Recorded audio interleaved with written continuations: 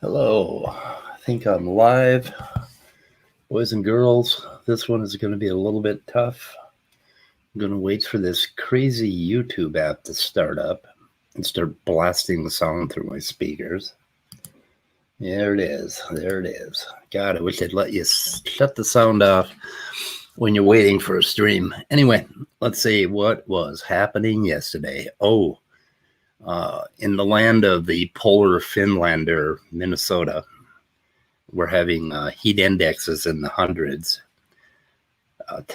Yesterday, and our air conditioner died. And now we're waiting for them to find us an air conditioner that they will install, hopefully, and save us all. So, not very comfortable.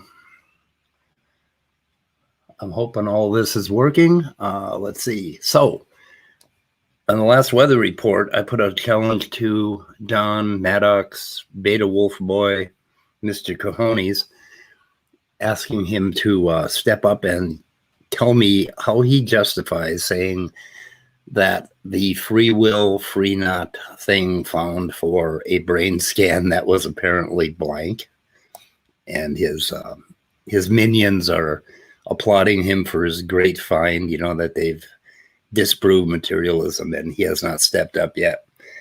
I looked at and downloaded a whole bunch of papers, one by Brass and some by Brass and Haggard, where they did some good work on free will and free won't. Brass has a extensive 53-page paper from 2019 where he explains that science probably isn't going to solve the free will problem for him. I really feel bad when really intelligent philosophers start arguing about free will. I mean, it is obviously a non-problem. It's just a non-starter.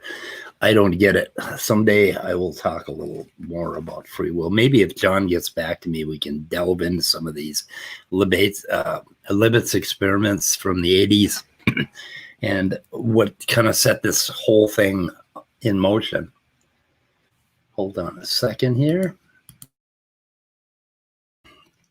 So anyway, yesterday we had a debate with Standing for Truth and Ron Garrett that we were waiting for quite a while.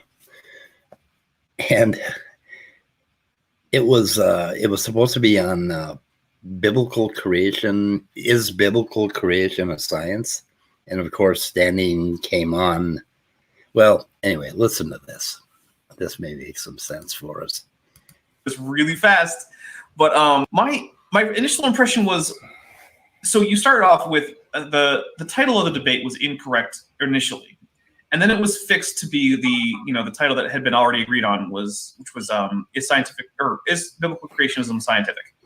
But why even bother? Because that wasn't the debate that happened. Standing was completely uninterested in actually having a debate about things like philosophy of science and what reasons young Earth creationists have for coming to their conclusions and whether or not it's based on science or based on a priori conclusion. Like, nothing's an interesting topic.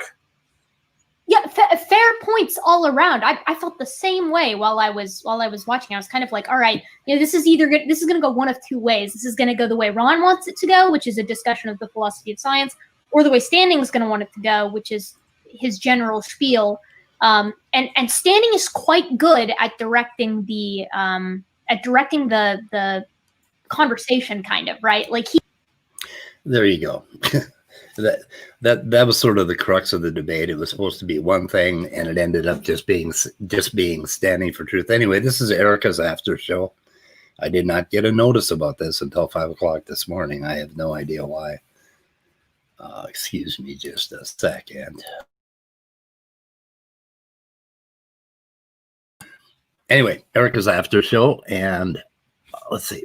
And then TD Lane comes up with... Yeah, Standing's a regular old husband. Ouch, TD. Oh, that is harsh. Nice. I'm Standing has a very narrow set of arguments he wants. Okay, I don't think that was harsh at all. Standing for Truth came out with his spiel. He gets galloped across his same 10 talking points he's had for 2 years now, I think, or a year and a half. I don't know when he started this, but it hasn't changed. He's still talking about chromosome 2. He's doubling down on this Neanderthal Jensen's mitochondrial. I'm sorry, I mispronounced that again, didn't I? His mitochondrial DNA and Y chromosome and all of this garbage that he has been corrected on so many times. So there was another after show. Anyway, the thing about Standing for Truth is that you are only going to get his script, and he is really good at it. He's good at controlling the narrative. And that kind of leads to a greater discussion about why all of these theist YouTube sites are now inviting atheists in one at a time, like they did last night on Beta Wolf's after show, and cornering them and controlling the narrative. And Maddox likes to control the mute button too, which he uses very much to his advantage. But they get some atheists in it. What they really like is to get a teenage atheist in, or somebody who's really young and seems naive. And then they sit around and badger him, and they bring on Smokey the Snake, and they go after his worldview, his trashy worldview. And eventually they turn just evil on him and just start calling him a trash clown, moral dumpster fire, all this bullshit. But I mean, they're controlling the narrative over there. And if you go and debate on Standing's channel, it's kind of the same thing. And even to some extent, if you debate any one of them on Modern Day Debate, James is getting much better at moderating them, but they control the narrative, and that's kind of what they're doing with us. Not only are they controlling the narrative, but they are throwing out these chicken pickings, I call them, these little breadcrumbs that we have to go after. Their claims, Standing for Truth last night during that debate, he says, I had paper after paper, and he says, oh, Ron, I will send them all to you. Bullshit. He's never going to send them to Ron, just like John Maddox didn't send Ron the papers that he promised almost a month ago. Standing is not going to send them to you. But he showed the papers for 1 second. And then he would scroll up and down and then go to another paper, and 1 second, scroll up and down. And what you have to do is freeze frame that. You have to sit down and type it in. You have to go find the paper. You have to find out if it's, freely available. I mean, it's just bullshit. For God's sake, atheists insist that they provide you with a full list of all the papers they're going to refer to prior to the debate, or else don't fucking debate them. Tell them no. Stop giving them a platform. Oh, hi, people listening. Laura, Lucifer, Scott Duke, hi.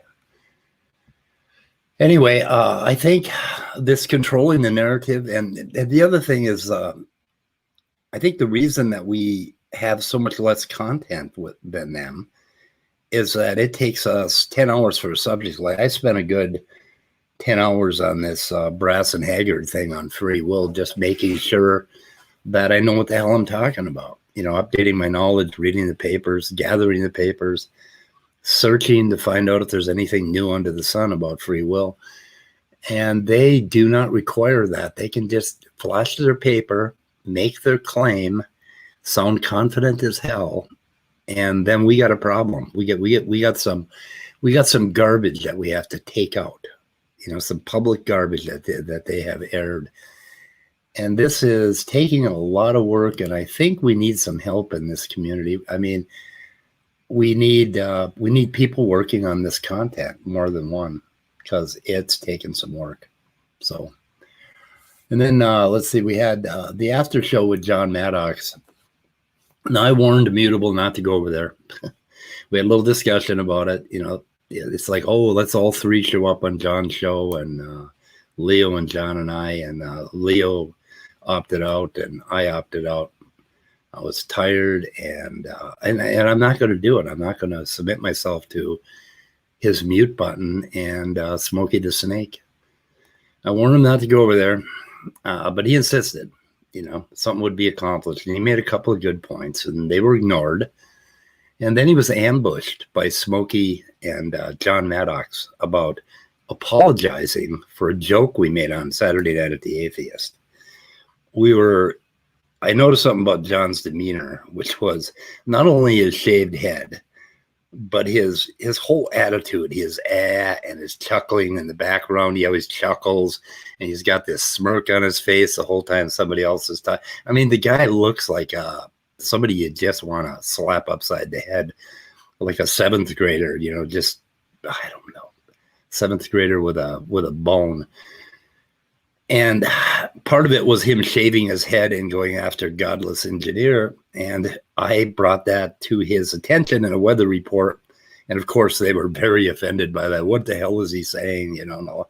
But I mean, this whole, the whole group had become somewhat warlike, with Jason Ezard and Gavin and Praise with his goddamn soundboard.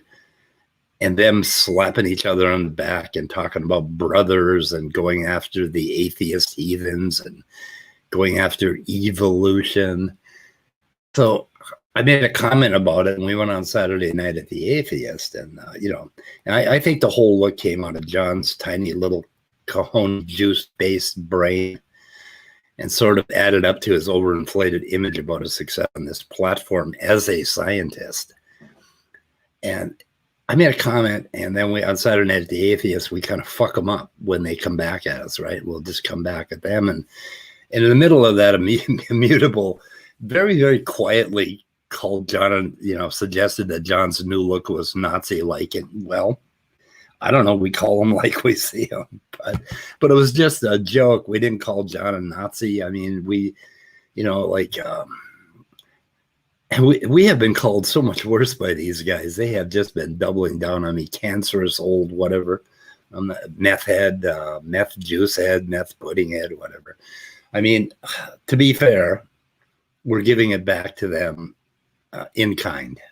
And we have a little bit of fun with it. I think it's funny. I don't know. The whole thing is funny. But anyway, in the process, they kind of cornered Immutable, brought him out of the discussion about evolution, made him very uncomfortable, and publicly aired something that should have been handled privately if they wanted an apology. That's bullshit. If you want a public apology, you set it up, and we would have, Immutable would have willingly, in fact, he expressed a desire to do that on Saturday night at the Atheist, and I'm trying to talk him out of it because it was a goddamn joke. Saturday Night Live, doesn't spend the week, every other week, apologizing for everybody that they made a joke about and offended. So fuck these people. Not going to do it. Anyway, Smokey, you sun-dried desert turd, you regurgitated chunk of rotting cactus. You pan a full-tilt moral and ethical collapse. You are scum. And you are a toxic influence on this community. And you, since you arrived, the whole thing has just turned into something nasty. And you are nasty. And we're going to keep coming at you. And you don't control the fucking narrative over here, okay? You're not in charge, Smokey. So anyway, let's see. What else came up? This whole business of comparing chimpanzees to human and what percent the DNA matches, comparing humans to humans and all of that. You don't just come up with a scalar number, and say, and call it a day. That is the stuff of pop science. This, 99 point whatever, comparison. I mean, you'll find them in the beginning of papers, but when you align DNA sequences, it is very complicated, and it leads into this whole conversation that has to be had about this idea of junk DNA, which creationists have made famous. Junk DNA in all of my textbooks, and I have a 5-foot stack of them, amounts to about less than a page. They will mention it and they'll say, oh, that was a bad idea. We shouldn't have called it that. It's more complicated than that.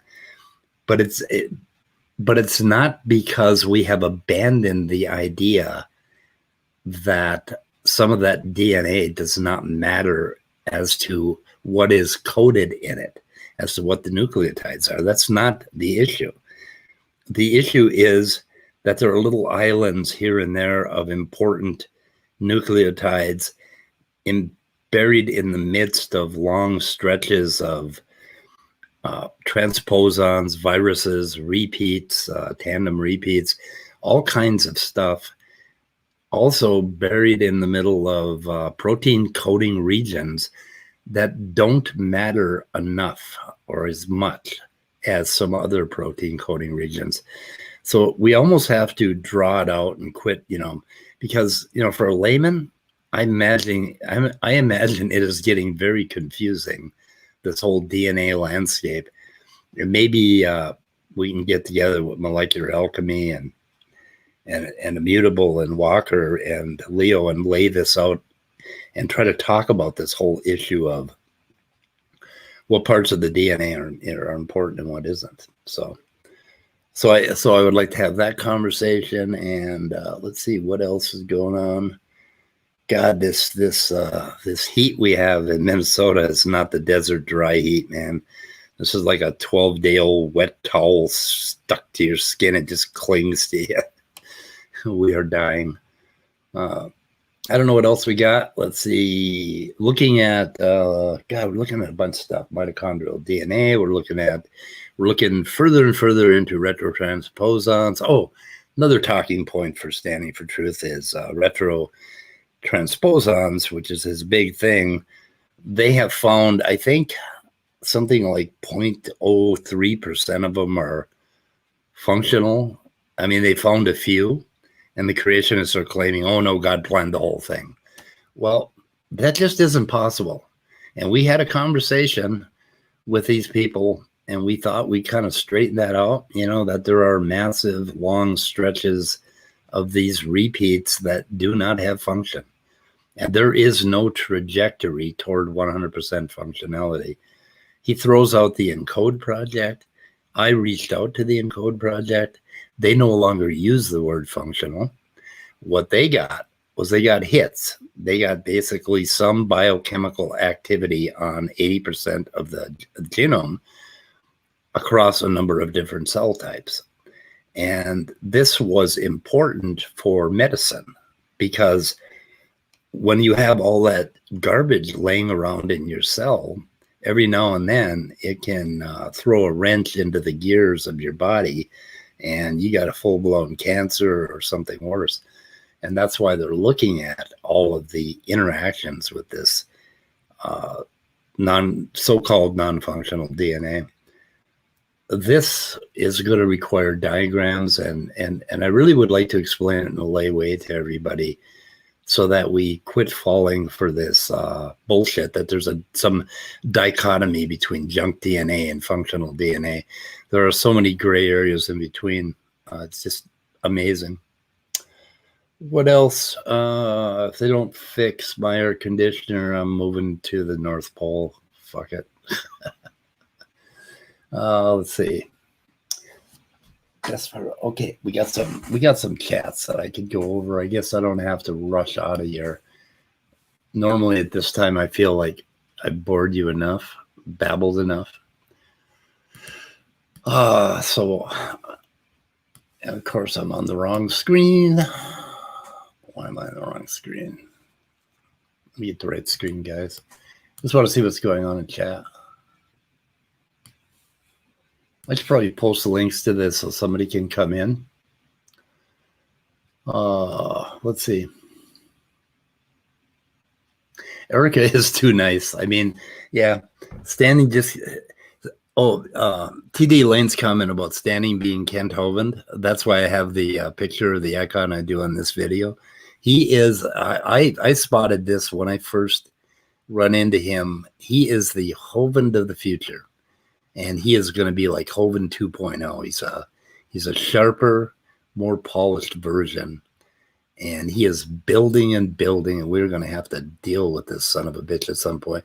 We're either going to have to convert him, or we're going to have to figure out how to stomp his garbage, nip it in the bud. He comes on and says, oh, chromosome 2 has been debunked, and he flashes a paper by Tompkins. No, it hasn't. No one but Tompkins and the creationists believe that the fusion didn't happen. The evidence for the fusion is so great that nobody will even talk about it anymore, for God's sake. Let's see. So what do we got here? Watch a debate. Listen to the after show. You listen to that whole thing. That after show is still going on. There's nobody there. It ended with Shadow Dancer and Jungle Jargon arguing about how many years after the flood babble occurred. And Shadow Dan. I was hoping that they would give us a timeline, but they never did. And then they got tired and went away. Yeah, they're all crackpots or flat earthers, and they sound so confident, and they have such a following that it's kind of scary. I mean, there are a lot of people that believe this stuff.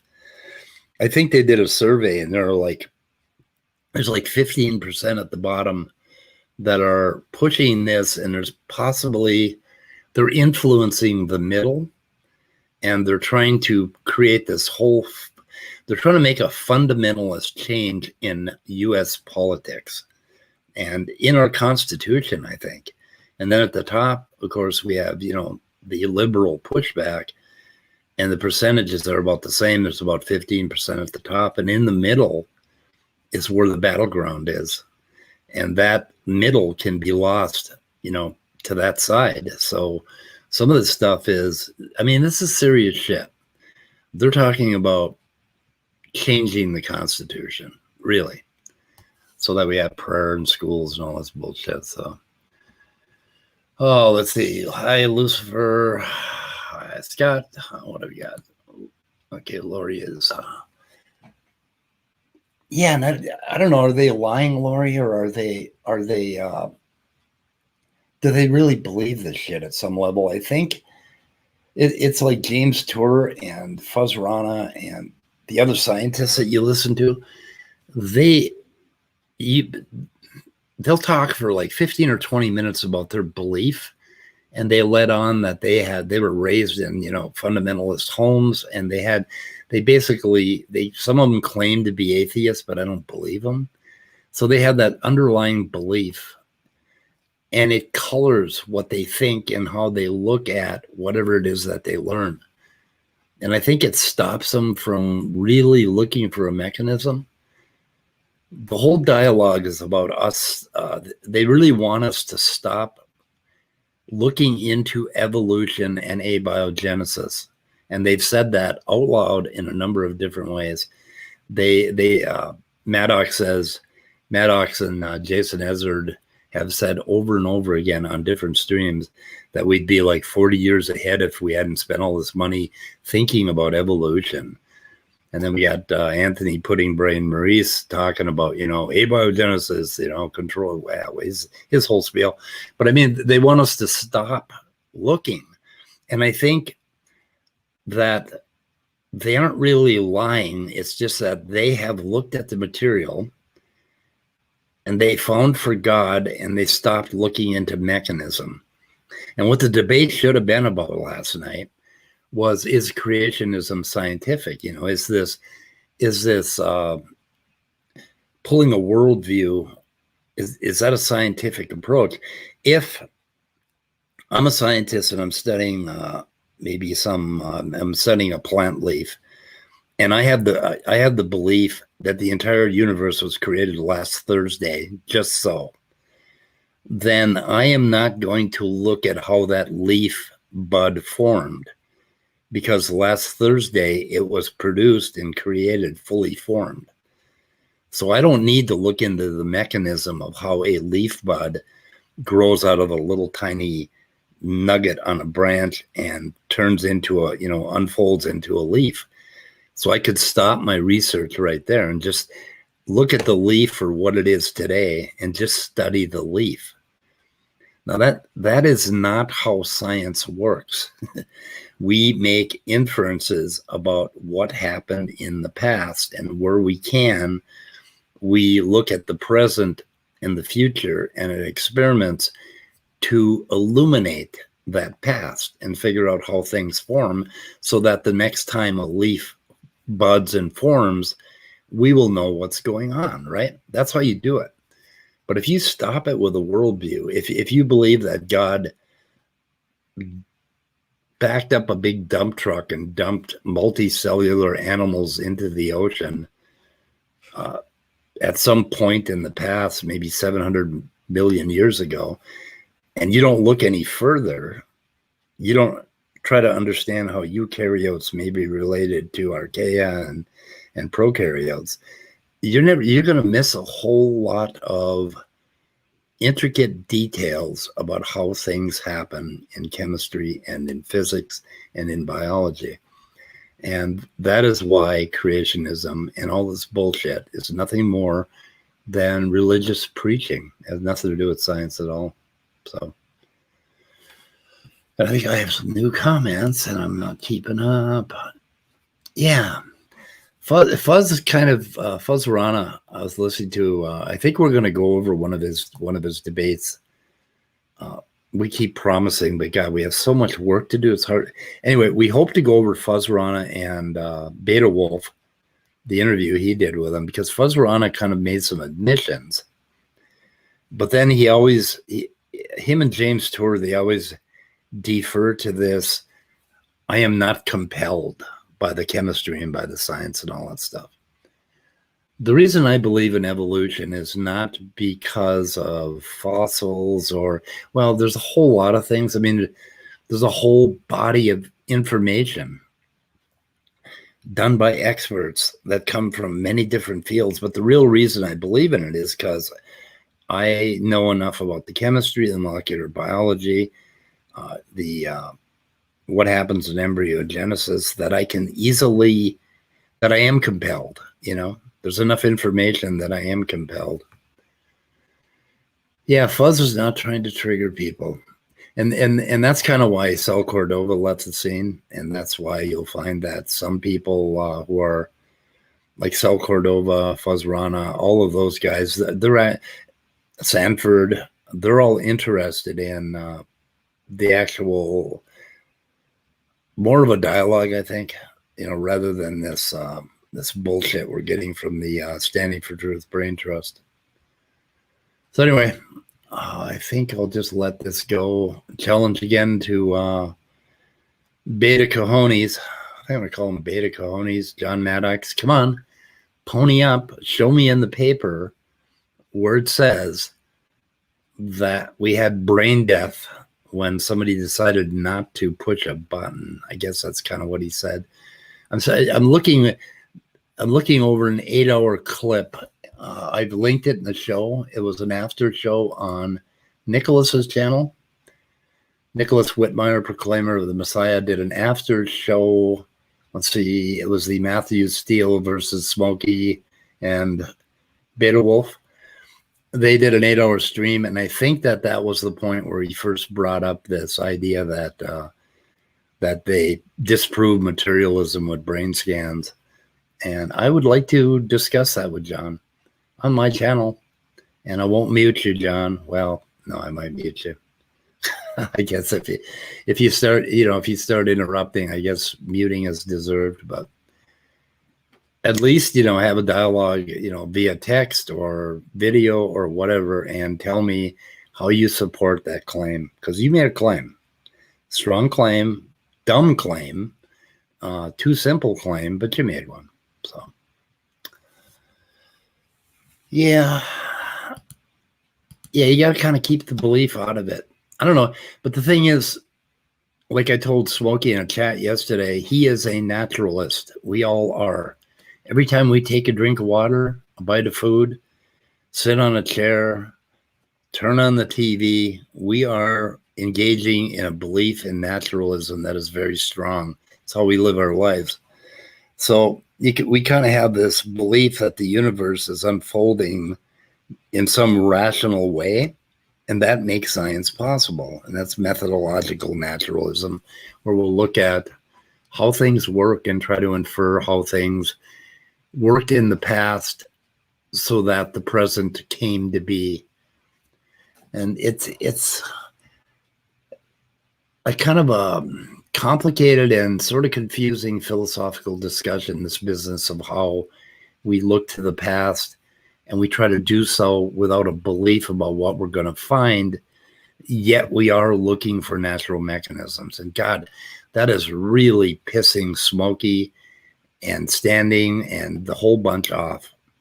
They rant about this on their streams all the time about yeah, they're just, looking for their naturalistic explanation. Yeah, we are.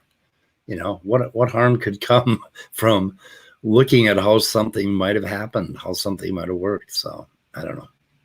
Anyway, I ramble. My brain is cooked. I got some papers to read, some books to read, lots to do. Hopefully, we are going to do one thing. We'll do one more thing today. I'm hoping if I can gather the cats together. We'll do something about maybe Fuzzrana or else this debate. We're also going to be reviewing this and that shit show with Immutable where they forced him to apologize publicly, ambushed him. We're going to be doing something on Saturday Night at the Atheist on that. So God knows what they have in store for us today. Okay. Hi, Top Dog. Goodbye, boys and girls. I'm going to go away now somewhere. Goodbye.